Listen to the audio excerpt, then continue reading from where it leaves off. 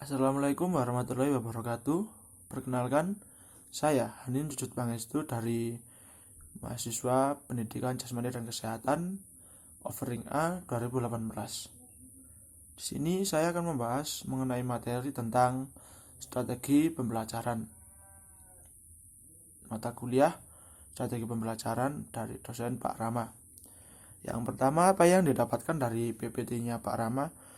Merujuk dari PPT tersebut, kita banyak menggali ilmu tentang mengenai strategi pembelajaran, seperti konsep pembelajaran, model pembelajaran, strategi, pendekatan, metode, dan teknik. Di situ kita juga membahas mengenai hal-hal tersebut. Mari kita simak. Yang pertama adalah konsep strategi pembelajaran. Strategi sendiri diartikan sebagai siasat atau cara pendekatan secara keseluruhan yang berkaitan dengan pelaksanaan gagasan, perencanaan, dan eksekusi sebuah aktivitas dalam kurun waktu tertentu. Untuk pembelajaran sendiri diartikan sebagai proses interaksi peserta didik dengan pendidik dan sumber belajar pada suatu lingkungan belajar.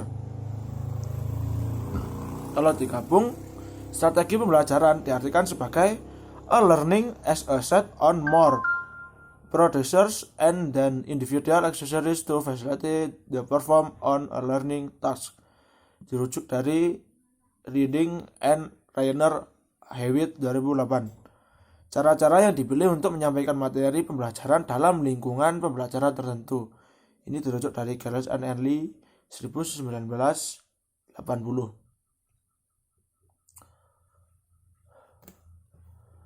Kemudian untuk definisi pembelajaran. Definisi pembelajaran sendiri dibagi menjadi 5, yaitu model, strategi, pendekatan, metode, dan teknik. Apa itu model pembelajaran? Model pembelajaran adalah seluruh rangkaian penyajian materi ajar yang meliputi segala aspek sebelum, sedang, dan sesudah pembelajaran yang dilakukan oleh guru serta segala fasilitas yang terkait yang digunakan secara langsung atau tidak langsung dalam proses belajar mengajar. Untuk model pembelajaran bisa diambil contoh. Saya mengambil contoh yaitu individual learning. Individual learning ini bertujuan agar peserta didik diharapkan mampu berkembang dengan baik dan sesuai dengan kebutuhan peserta didik secara mandiri. Contohnya adalah pemberian portofolio, tugas mandiri, penilaian diri, dan galeri proses atau hasil. Yang kedua adalah pendekatan. Kedua strategi. Strategi saya ambil contoh adalah debat aktif. Guru membagi kelas menjadi dua kelompok. Di situ diberikan satu topik, yang satu kelompok pro dan satu kelompok kontra. Masing-masing kelompok melakukan diskusi masing-masing sebelum memaparkan hasil diskusinya. Dan peran sebagai guru itu sebagai penengah, atau bisa jadi guru mengambil salah satu murid sebagai penengah. Ada juru bicara di masing-masing kelompok sebagai penyampai materi atau penyampai gagasan yang ingin diungkapkan. Tujuannya, hal ini bertujuan sebagai melatih siswa agar dapat berargumentasi yang kuat dalam pemecahan masalah secara kontroversial. Di situ memang ada debat aktif antara dua kubu tersebut, dua kelompok. Di situ memang tujuan strategi pembelajarannya. Yang ketiga adalah sistem pendekatan. Metode pendekatan. Metode pendekatan pembelajaran bisa diambil dari sudut pandang kita terhadap proses pembelajaran yang merujuk kepada pandangan tentang terjadi suatu proses yang sifatnya masih umum. Saya ambil contoh adalah untuk pemecahan masalah. Saat proses pembelajaran di dalam kelas, guru menghadapi siswa dalam jumlah masalah yang banyak. Kemudian, guru menugaskan siswa agar mampu mencari solusi atau mengupayakan proses pemecahan masalah tersebut. Jadi sama saja ya, kita ambil simpel. Jadi ketika dalam pembelajaran, guru memberikan masalah seperti contoh topik corona. Apa itu corona? Di situ akan didiskusikan dalam satu kelas dan di situ dicari solusi terbaik untuk memecahkan masalah tersebut. Itu juga sebagai contoh pendekatan antara guru terhadap murid dan murid terhadap murid lainnya, kemudian murid kepada guru ketika penyampaian solusinya. Habis pendekatan, ada teknik. Teknik di sini dimaksudkan teknik pembelajaran. Teknik pembelajaran adalah serangkaian cara, upaya, dan siasat yang dilakukan oleh guru untuk melaksanakan proses belajar mengajar secara optimal kepada para siswa. Teknik adalah cara yang digunakan yang bersifat implementatif. Saya mengambil contoh pada teknik ini menggunakan metode ceramah pada jumlah yang banyak. Tentunya ceramah yang digunakan berbeda atau strategi teknik yang digunakan untuk penceramahannya berbeda dengan ceramah dengan jumlah siswa yang sedikit. Di situ kita dituntut untuk pandai-pandai membuat teknik antara berceramah dengan orang banyak dan orang sedikit.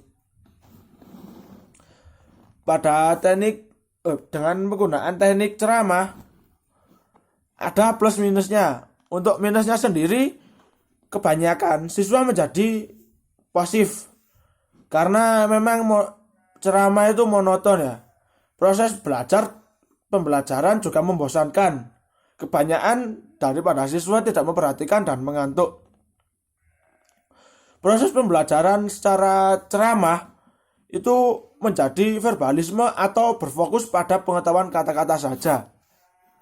Untuk kelebihannya yaitu mendorong siswa agar lebih fokus. Jadi tantangannya juga kita sebagai siswa lebih memfokuskan diri untuk mendengarkan materi yang disampaikan guru. Kemudian guru dapat menyampaikan pelajaran yang luas. Ya, ilmu yang didapat atau ilmu yang diperoleh dari guru itu memang banyak untuk ceramah, karena banyak dari guru melakukan ceramah itu materinya atau ilmunya banyak yang digunakan atau dipaparkan. Yang ketiga yaitu mudah dilaksanakan. Hal ini memang simpel karena cuma ada proses guru, murid, kemudian guru berceramah dan murid mendengarkan. Itu memang sangat mudah dilaksanakan. Untuk yang terakhir yaitu teknik simulasi. Teknik simulasi, saya mengambil contoh. Sebentar. Untuk teknik simulasi, saya mengambil contoh dengan teknik simulasi, Rek. Ya Allah. Oh iya ya.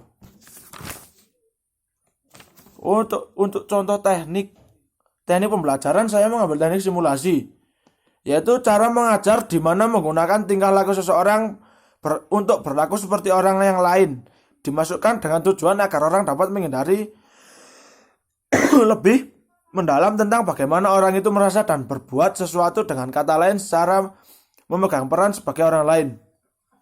Jadi kita mengambil contoh seperti siswa diibaratkan menjadi siswa lain. Tujuannya agar siswa tersebut bisa merasakan apa yang dilakukan oleh siswa lain. Untuk kelebihannya yaitu mendorong siswa untuk lebih fokus. Jadi ketika ada perpindahan jadi diri sebenarnya untuk menjadi orang lain, fokus terhadap itu menjadi kuat. Kemudian guru dapat menyampaikan pelajaran yang luas. Siswa senang. Siswa senang karena dapat berimajinasi atau membayangkan tentang apa yang diinginkan. Kemudian mengembangkan kreativitas siswa. Siswa memang banyak dituntut di sini untuk kreatif, mengembangkan pola pikirnya dan pola gerak dari kreativitas siswa tersebut. Menumbuhkan cara berpikir kritis. Memang benar, dengan kita mengibaratkan sebagai orang lain, kita akan berpikir kritis apa yang sebenarnya terjadi terhadap orang lain tersebut. Untuk kekurangannya yaitu aktivitas dalam memajukan pembelajaran siswa belum dapat dilaporkan oleh riset. Saya baca-baca dari Google, memang untuk metode teknik simulasi ini hasilnya belum dirisetkan, jadi belum ada supaya instansi yang memaparkan kesuksesan tentang teknik simulasi ini. Yang selanjutnya adalah pengelompokan yang verbal. Pengelompokan ini jadi kebanyakan orang akan beranggapan bahwa saya ingin menjadi ini, orang ini saja, dan itu tidak terpantau dengan baik. Imajinasi tinggi baik dari guru maupun siswa. Terkadang dengan kita berekspektasi yang tinggi, imajinasi yang tinggi, itu malah membahayakan diri kita sendiri. Itu saja yang mungkin dapat saya sampaikan tentang materi strategi pembelajaran, yaitu tentang penjelasan dan contoh dari model pembelajaran, strategi pembelajaran, pendekatan, dan metode teknik pembelajaran. Terima kasih. Ada kurang lebihnya saya mohon maaf. Wassalamualaikum warahmatullahi wabarakatuh.